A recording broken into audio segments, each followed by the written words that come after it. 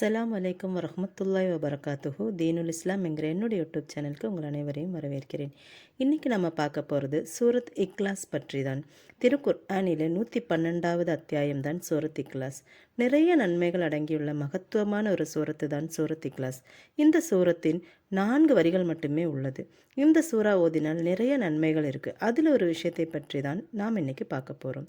துனியாவிலும் ஆகிரத்திலும் நமக்கு நிறைய நன்மைகள் தரக்கூடிய ஒரு சூறா தான் சூரத் இக்லாஸ்.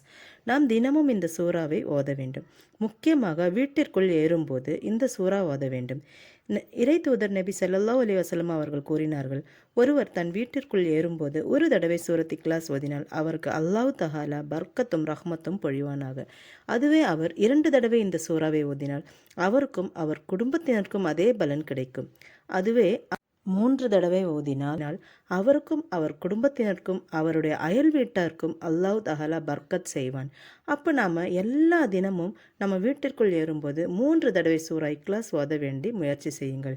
இப்படி நம்ம ஓதும்போது நம்மளுக்கு தெரியாமலேயே அல்லாஹ் தஆலா நமக்கு சம்பாத்தியம் அதிகரிக்க செய்வான். அது மட்டும் இல்லை, ஆகிரத்திலும் பெரிய வெற்றியை நம்மால் அடைய முடியும். சுருக்கமாக சொன்னால் இரு லோகத்திலும் நமக்கு நன்மை தரக்கூடிய ஒரு சூறா தான் சூரத் இக்லாஸ். இன்ஷா அல்லாஹ் நாம் அனைவரும் நம் வாழ்வில் தினமும் சூரத் இக்லாஸ் தாராளமாக ஓத நமக்கும் நம் குடும்பத்தினருக்கும் அல்லாஹ் தௌஃபீக் செய்வானாக. ஆமீன்.